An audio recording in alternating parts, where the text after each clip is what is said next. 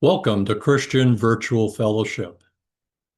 Christian Virtual Fellowship is the online church of allegiance to the King. If you don't have a church home and are a biblical Unitarian, believing in the one true God and Father of our Lord Jesus Christ, we invite you to check us out at a2kchurch.org and join us for fellowship and friendship. Today, we're going to review the scriptures about a fascinating and unique incident of Jacob wrestling with God and becoming transformed in the process.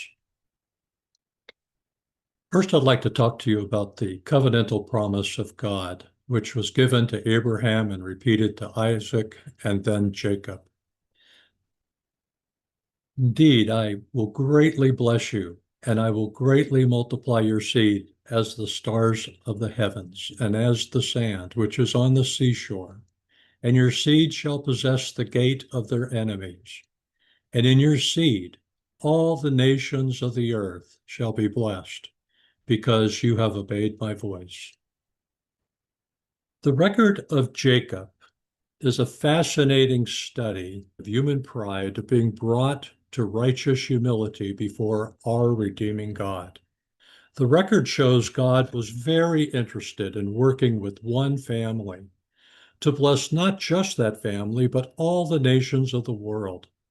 Often God spoke of himself as the God of Abraham, Isaac, and Jacob, that he would associate his holy self with Jacob, whose name means the one who trips up another, as a story of forgiveness, grace, and mercy. I hope the story will inspire you to think of God our Father as someone who is personally and vitally interested in you. And I'll start in Genesis chapter 32. And this is for those of you who are not familiar with the wrestling with God scripture. So let's quickly review it. Then we'll get into the background leading up to this event and finally discuss its meaning and relevance. So I'll go to Genesis 32, verse 24. Then Jacob was left alone, and a man wrestled with him until daybreak. When the man saw that he had not prevailed against him, he touched the socket of Jacob's hip, and the socket of Jacob's hip was dislocated while he wrestled with him. Then he said, "Let me go, for the dawn is breaking." But he said, "I will not let you go unless you bless me." So he said to him, "What is your name?" And he said, "Jacob." Then he said, "Your name shall no longer be Jacob, but Israel, for you have contended with God and with men, and have prevailed." And Jacob asked him and said, "Please tell me your name." But he said, "Why is it that you ask my name?" And he blessed him there. So Jacob named the place Peniel, for he said, "I have seen God face to face, yet my life has been spared."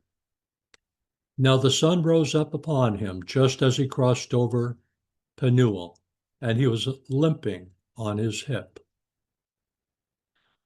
Okay, now that's the reading of the bare bones incident. But as you can imagine, there is a lot leading up to this amazing story and significant consequences afterwards. So let's get into it. The story begins before Jacob was even born. So Isaac, Jacob's father, was 40 years old when he took Rebekah as a wife, the sister of Laban the Aramean, to be his wife. Isaac prayed to the Lord on behalf of his wife because she was unable to have children. And the Lord answered him, and his wife Rebekah conceived. But the children struggled together within her. And she said, "If it is so, why am I in this condition?" So she went to inquire of the Lord. And the Lord said to her, "Two nations are in your womb, and two peoples will be separated from your body. and one people will be stronger than the other, and the older shall serve the younger. The story of Jacob really starts before he was born. So these two nations we're going to go over what God told Rebekah. Two nations are in your womb. The twins represent not just two individuals, but two future nations, Edom from Esau and Israel from Jacob. Two peoples will be separated. They will be distinct in character, destination, and covenant relationship. One people will be stronger than the other. Throughout history, Israel often prevailed over Edom politically and spiritually. The older will serve the younger. This reverses normal primogeniture. Esau the elder would ultimately be subordinate to Jacob the younger.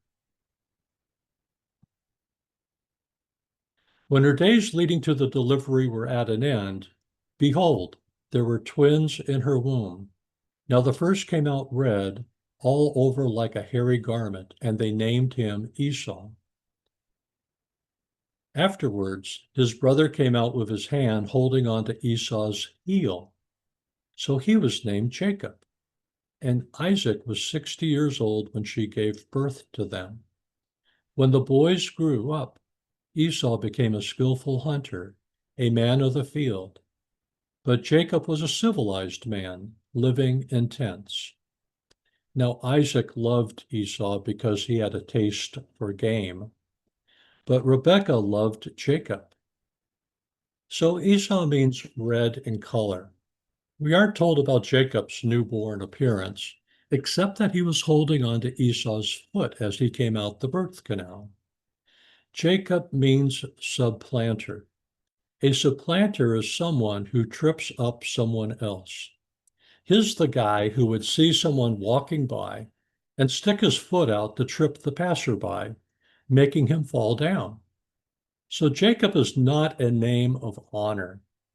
Yet Jacob is the younger, and God's prophetic declaration to Rebekah stated that the older would serve the younger. Despite the prophecy, the parents are split as to which son to favor. But Esau, as the older, had the right of the firstborn.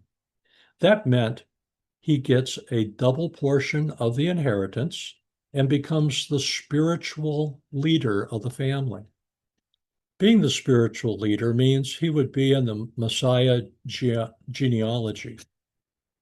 God's promise to Abraham and Isaac that their seed or descendant would bless all the nations of the world, plus the older would serve the younger, which was told to Rebekah, indicate who should be the family's spiritual leader.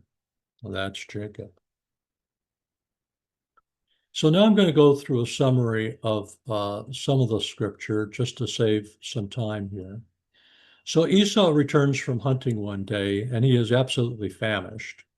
Instead of just feeding his brother as you would normally do, a family member, Jacob demands payment for a bowl of stew.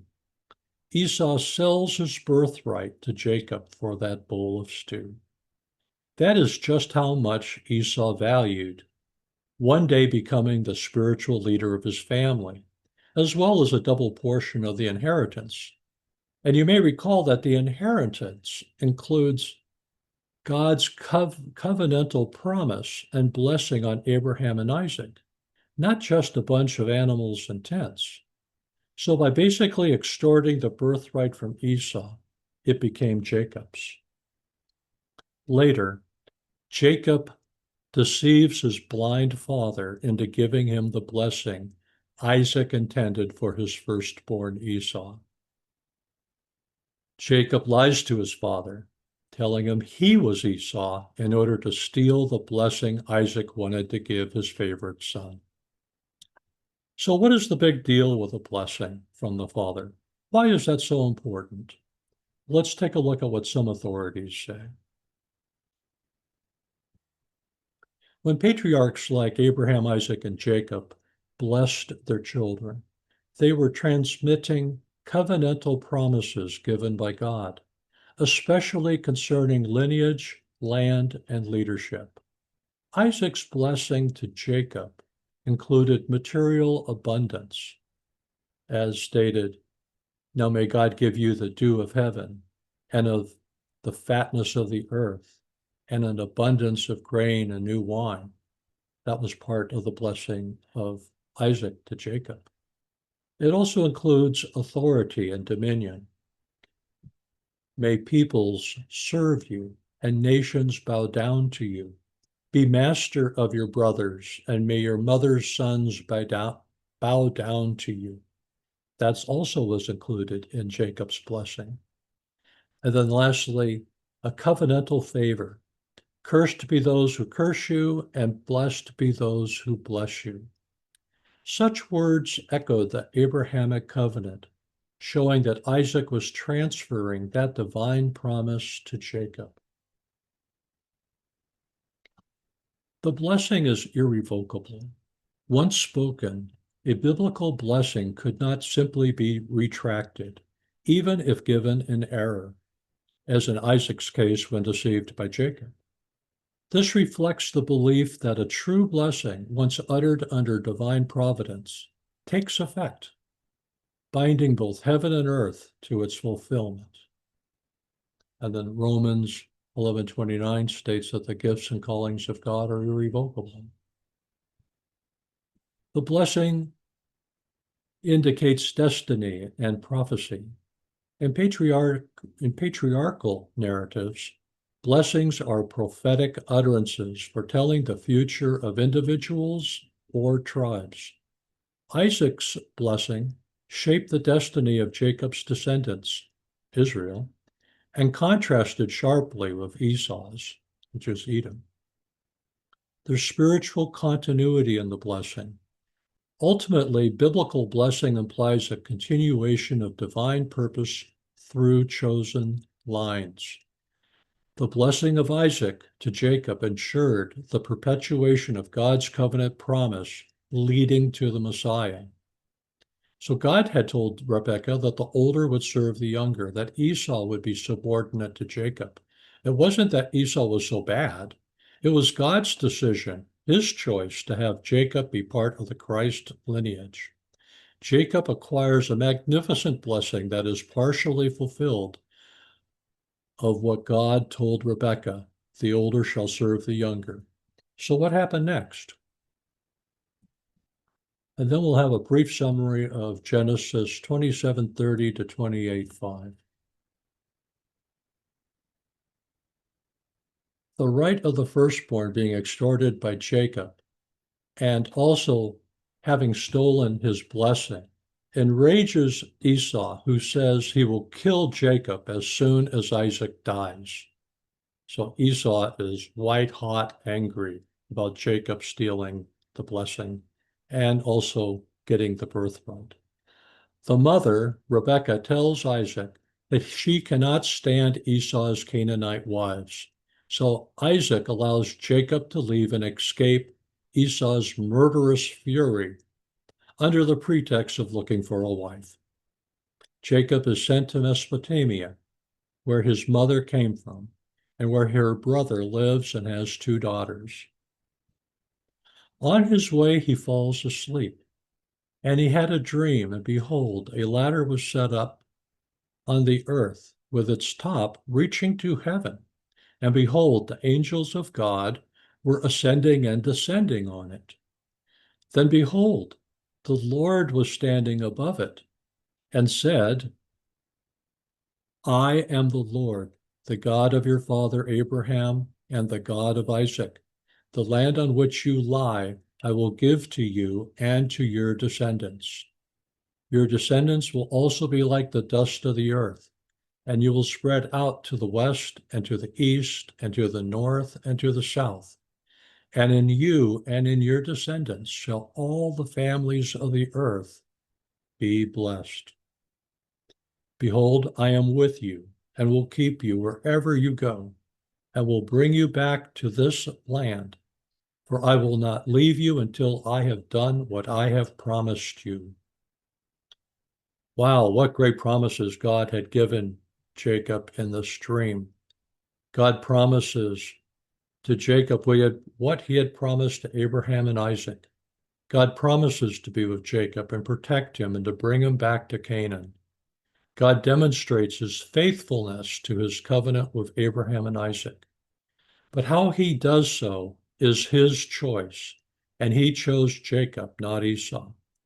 So, how does Jacob respond to being chosen by God and his plan of redemption? Then Jacob awoke from his sleep and said, "The Lord is certainly in this place, and I did not know it." And he was afraid and said, "How awesome is this place? This is none other than the house of God, and this is the gate of heaven." So Jacob got up early in the morning and took the stone that he had placed as a support for his head and set it up as a memorial stone and poured oil on its top. Jacob also made a vow, saying, "If God will be with me and will keep me on this journey that I take and give me food to eat and garments to wear, and I return to my father's house in safety, then the Lord will be my God. And this stone, which I have set up as a memorial stone, will be God's house. And of everything that you give me, I will assuredly give you a tenth of it, a tenth to you." Well, my impression is that Jacob's response is mixed. He acknowledges the Lord Yahweh and the promises. He respectfully sets up a memorial.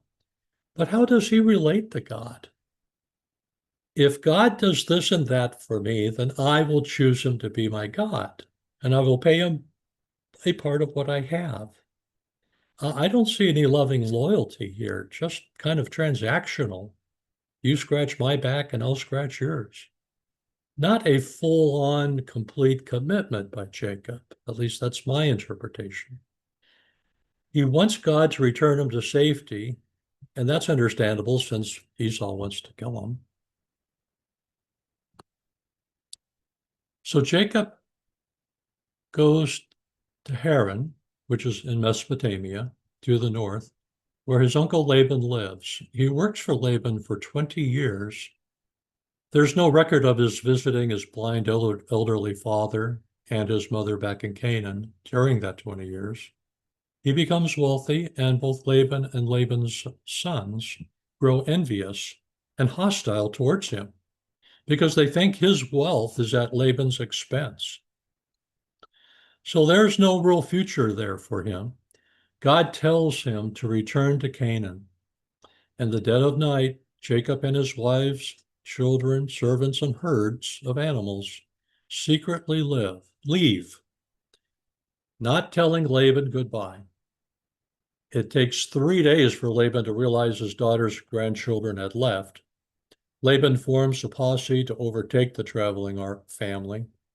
Laban intends to take his people back from Jacob and maybe kill him. But God intervenes, telling Laban not to condemn Jacob and do him no harm. So Laban makes peace with Jacob, who resumes his journey to his homeland, where he fears he will face a new and more sinister threat, Esau. And as the slide shows, the Lord said to Jacob, "Return to the land of your fathers and to your relatives, and I will be with you." And that would certainly indicate his protection, wouldn't it? Now, as Jacob went his way, the angels of God met him. And when he saw them, Jacob said, "This is God's camp." So he named that place Mahanaim. Then Jacob sent messengers ahead of himself to his brother Esau in the land of Seir, the country of Edom. He commanded them, his messengers, saying, "This is what you shall say to my lord Esau. Your servant Jacob says the following: I have resided with Laban and stayed until now, and I have oxen, donkeys, flocks, and male and female servants, and I have sent messengers to tell my lord, so that I may find favor in your sight." And the messengers returned to Jacob, saying, "We came to your brother Esau, and furthermore, he is coming to meet you, and 400 men are with him." Then Jacob was greatly afraid and distressed, and he divided the people who were with him, and the flocks, the herds, and the camels, into two companies. For he said, "If Esau comes to the one company and attacks it, then the company which is left will escape." I'd like to point out how the first verse is written. The angels met him, not he met them. The word in Hebrew means a chance encounter. It's like if you went to a grocery store and you met a coworker there, someone you were not expecting at the store. It's like a chance encounter. Jacob sends. So I thought that was kind of interesting because, in a sense, Jacob is kind of mentioned in a passive way. He went his way, and the angels of God met him. So going on, Jacob sends messengers. It's about 70 miles away to inform Esau he was returning. The messengers return, saying he's coming with 400 men. Jacob becomes greatly afraid, yet there's no turning back. He continues on, for God had told him to return to the land of his fathers. Jacob plotted to minimize his risk if Esau was hostile. He divided his herds and servants into two companies. And you notice how he uses words like "tell my Lord" and my and your servant, referring to himself, is humbling himself to his older brother by way of his messengers. So was he forgetting the promise that God would protect him wherever he went? Then Jacob said, "God of my father Abraham and God of my father Isaac, Lord, you said to me, return to your country and to your relatives, and I will make you prosperous. I am unworthy of all the favor and of all the faithfulness which you have shown to your servant. For with only my staff I crossed this Jordan, and now I have become two companies. Save me, please, from the hand of my brother, from the hand of Esau, for I fear him, that he will come and attack me and the mothers with the children. For you said, I will assuredly make you prosper, and make your descendants as the sand of the sea, which is too great to be counted." So he spent the night there. Then he selected from what he had with him a gift for his brother Esau: 200 female goats and 20 male goats, 200 ewes and 20 rams, 30 milking camels and their colts, 40 cows and 10 bulls, and 20 female donkeys and 10 male donkeys. Then he placed them in the care of his servants, every flock by itself, and said to his servants, "Pass on ahead of me and put a space between flocks." And he commanded the one in front, saying, "When my brother Esau meets you and asks you, saying, 'To whom do you belong? And where are you going? And to whom do these animals in front of you belong?' Then you shall say, 'These belong to your servant Jacob. It is a gift sent to my lord Esau. And behold, he also is behind us.'" Then he commanded also the second and the third and all those who followed the flock, saying, "In this way you shall speak to Esau when you find him, and you shall say, 'Behold, your servant Jacob also is behind us.' For he said, 'I will appease him with a gift that goes ahead of me. Then afterward I will see his face. Perhaps he will accept me.' So the gift passed on ahead of him, while he himself spent that night in the camp. Now he got up that same night and took his two wives, his two female slaves, and his 11 children, and crossed the shallow place of the Jabbok, which is a river. He took them and sent them across the stream, and he sent across whatever he had. So again, Jacob is minimizing his risk by first having two companies, one after the other, so if one is attacked, the other can escape. Then he comes up with a second plan, and that is to appease his brother with some 550 livestock as gifts to soften his heart. Jacob, is he trusting God to protect him? He seems to be relying on his resources to manipulate his brother's feelings. He pulls out all the stops, even praying for God to save him. Finally, he leads his family on the other side of the stream so that he stands between his wives and children and the likely route of Esau. So he puts himself in between excuse me. He puts himself in between what he considers to be a possible threat and his family. And so it was on a hill near the Jacob River, which runs kind of east and west towards the River Jordan. Then Jacob was left alone, and here we come to the wrestling. Jacob was left alone. Let's read it again, just so that we, as we had before, and then we'll take a look at it more closely. Then Jacob was left alone, and a man wrestled with him until daybreak. When the man saw that he had not prevailed against him, he touched the socket of Jacob's hip, and the socket of Jacob's hip was dislocated while he wrestled with him. Then he said, "Let me go, for the dawn is breaking." But he said, "I will not let you go unless you bless me." Then he said, "What is your name?" And he said, "Jacob."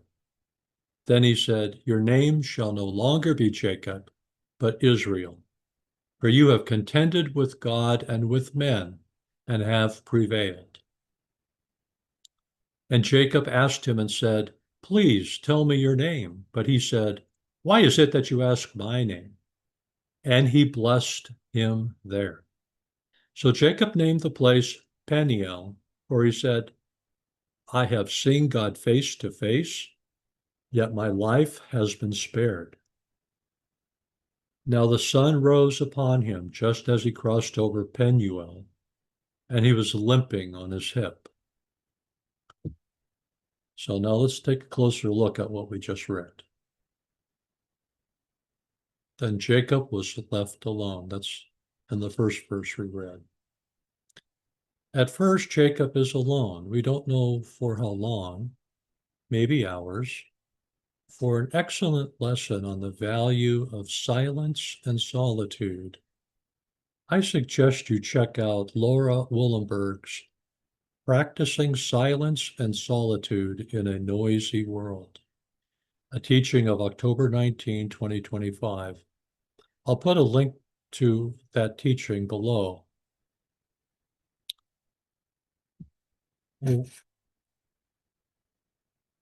What did Jacob do after sending his people off? Why did he stay behind? He had prayed before, "Save me, please, from the hand of my brother Esau, the man whom I had taken his birthright for a bowl of stew, the man I stole his blessing from the father who preferred him, the man who wanted to kill me. No wonder I was named Jacob, the one who trips people up." Now, is it fair to say that maybe Jacob was finally in solitude and had some silence to reflect and repent from all that he had done, and ask God for forgiveness? That's a question. For Jacob, his prayer will be answered in the most unexpected way. And a man wrestled with him until daybreak. From the dark, a man suddenly appears without explanation. The text says, "A man wrestled with him." Note that the text does not say Jacob wrestled with him, but that the man wrestled with Jacob. So again, kind of in a passive sense, and like this is not a fight that Jacob was looking for. It's one that's foisted upon him. So that leads me to believe that it's the stranger who started the fight. So what was the fight for? I mean, all his goods and wealth and family had already left. He was just there by himself. Why did the man merely wrestle with him? It's not a knife fight or a sword fight. It's not an effective way to kill anybody. In any case, Jacob doesn't just throw up his arms and gives up. He struggles with the man all night long. And that shows his determination.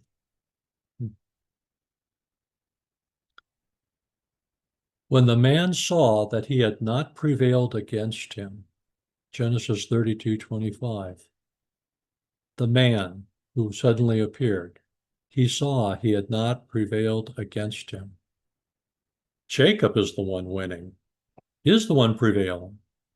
You know, this attack is not about killing Jacob. It's more personal than that. It's hands on the other person.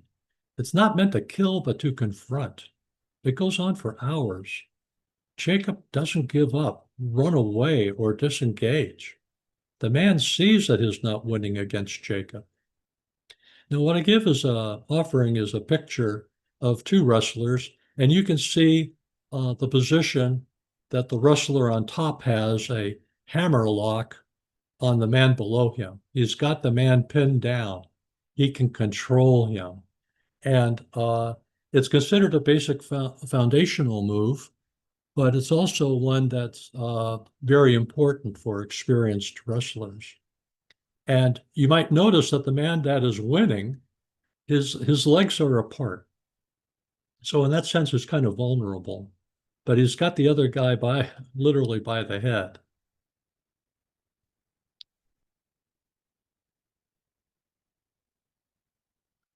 When the man saw that he had not prevailed against him, he touched the socket of Jacob's hip, and the socket of Jacob's hip was dislocated while he wrestled with him. So the hip was dislocated. Well, what kind of force is needed to make a hip dislocate? I'll tell you, it's high energy trauma. The most common cause is a significant force, often from a car crash or a fall, that violently forces the hip joint out of its socket. Such physical force may have proven to Jacob this man was not a mere man, but from God. Well, just a touch would dislodge his hip. What does Jacob feel like even as he is winning? Severe pain, inability to move the injured leg, visible deformity. The leg may look shorter or be in an unnatural position, numbness and tingling in the leg or foot. But you know something? Jacob doesn't quit. But now he wants something from this man or whoever he is, even as this man wants to stop the struggle. And he says, "Let me go, for the dawn is breaking." But he, Jacob, says, "I will not let you go unless you bless me." So the sun is starting to dawn, and after giving to Jacob a painful, lifelong injury, now the man wants to stop wrestling? "Let me go, for the dawn is breaking." Apparently, Jacob has him in a wrestler's lock. Jacob's hip pain is excruciating, but he holds on to the man. During this struggle, Jacob has realized that this is a spiritual encounter. Is this the answer of the Lord God to his earlier prayer to save him? Jacob says to the man, "I will not let you go unless you bless me." Why did Jacob think that there was a blessing to be had from this man unless he was from God? The last time Jacob wanted a blessing was from his father Isaac. He used deception and lies against the blind man to rip off his brother, stealing the blessing. Now he wants a blessing from this man who has started the wrestling and had severely injured him. but this time there is honesty. So he said to him, "What is your name?" And he said, "Jacob." When his father Isaac had asked him who he was, he said, "Esau." He lied. Now he admits to being Jacob, the one who tripped up his father and brother so that they failed to pass on the blessing as they wanted. He was being honest. "Yes, I am Jacob." In a sense, a confession of guilt, of fault. So, verse 28, then he said, "Your name shall no longer be Jacob, but Israel, for you have contended with God and with men and have prevailed." Hosea, in his book, later writes, "In his mature strength, he contended with God. Yes, he wrestled with the angel and prevailed." Like Abraham, Jacob is given a new name, a name with meaning: Israel, contending, wrestling, struggling with God. On this hillside, it's hand-to-hand contact with God's angels, seeking a blessing. Jacob is transformed into Israel, a new identity, a new relationship with God. His past he can put behind. By fighting with the angel, he struggled with God. God's undeserved grace abounded towards Jacob. He wasn't going to kill Jacob for seeing his angel. He wanted Jacob's attention, his cooperation and loyalty. He wanted Jacob to trust him and to be conscious of his power to enable and deliver. And Jacob asked him and said, "Please tell me your name."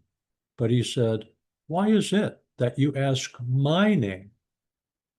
And so he blessed him there, and he blessed them there. The man would not give him his name because to do so would detract from this encounter and struggle with God.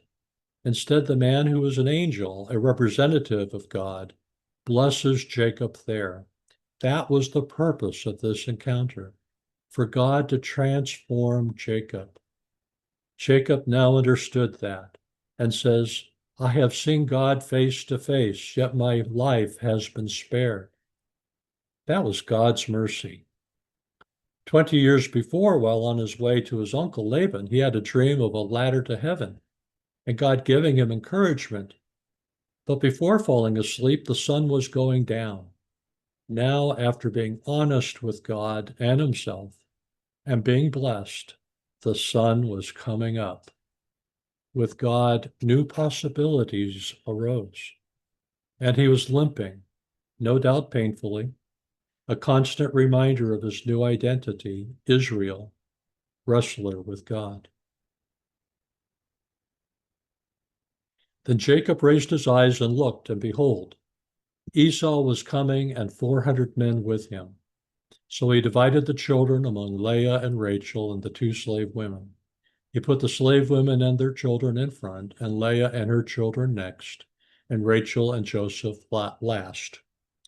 But he himself passed on ahead of them and bowed down to the ground 7 times until he came near to his brother. Then Esau ran to meet him and embraced him and fell on his neck and kissed him, and they wept. So see the deliverance of Jacob from what he had so greatly feared. He humbled himself to his brother repeatedly, bowing down 7 times. No doubt that must have really hurt, having a bad hip.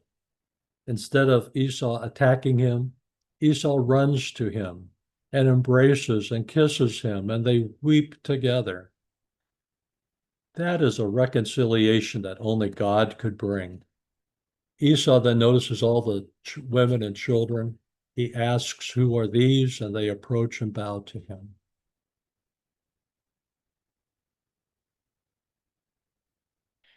And Esau said, "What do you mean by all this company which I have met?" And he said, to find favor in the sight of my Lord. But Esau said, I have plenty, my brother. Let what you have be your own. Jacob said, No, please, if now I have found favor in your sight, then accept my gift from my hand. For I see your face as one sees the face of God, and you have received me favorably. Please accept my gift which has been brought to you, because God has dealt graciously with me, and because I have plenty. So he urged him, and he accepted it. Then Esau said, Let's journey on and go, and I will go ahead of you.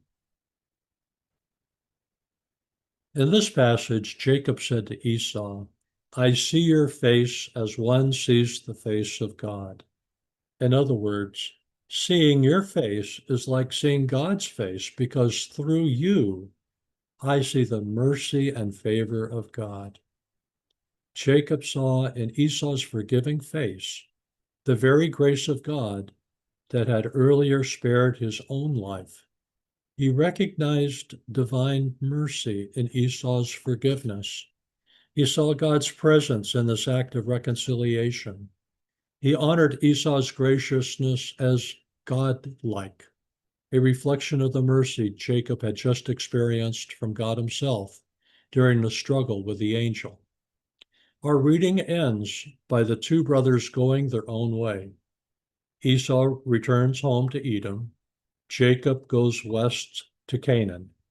The next recorded time they meet is to bury their father Isaac years later, and then they peacefully go their separate ways.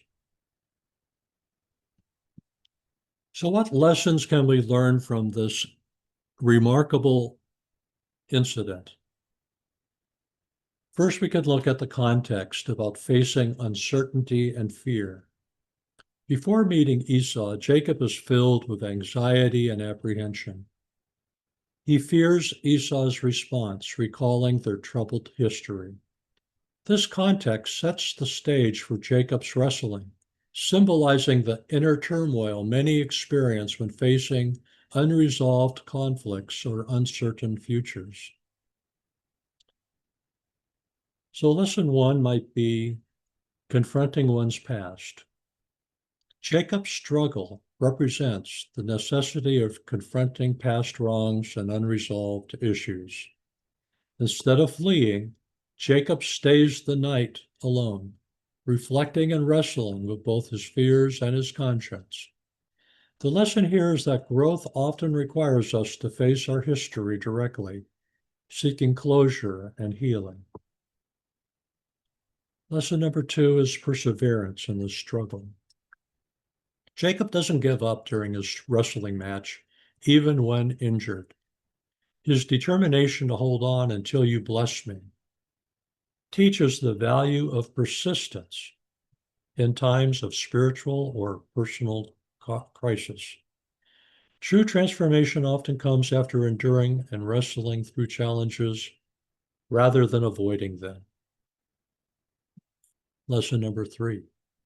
The power of vulnerability and dependence on God. Jacob emerges from the struggle with a limp, a physical reminder of his vulnerability and dependence on God.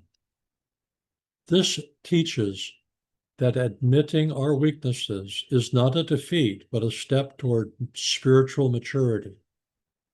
Jacob's encounter demonstrates that blessings and breakthroughs often come when we surrender our self-sufficiency and trust in God's strength.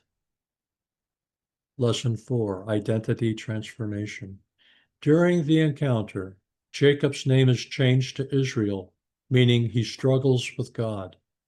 This name change signifies a transformation of identity from a deceiver to one who has struggled and prevailed with divine help.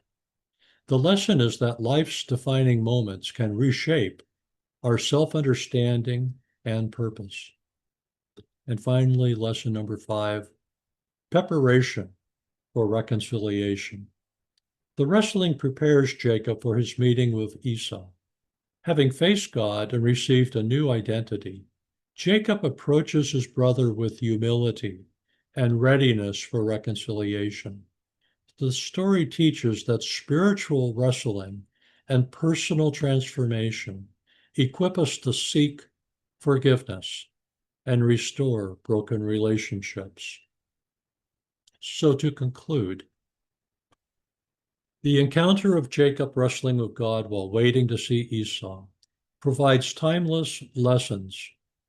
Face your past, persist through trials, embrace vulnerability, allow God to transform, allow God to transform your identity and prepare your heart for reconciliation. These insights encourage readers to trust that through struggle and surrender, true blessing and restoration are possible. So may the face of God's goodness shine upon you. If this teaching has blessed you and you are watching it on YouTube, please punch the like button and subscribe to our channel. Now we are going to our group discussion about this teaching, and it will be recorded on a different video. So we're looking forward to seeing you there. Don't hesitate to comment, and if you'd like to participate in our worship services, you can find us at a2kchurch.org. God bless.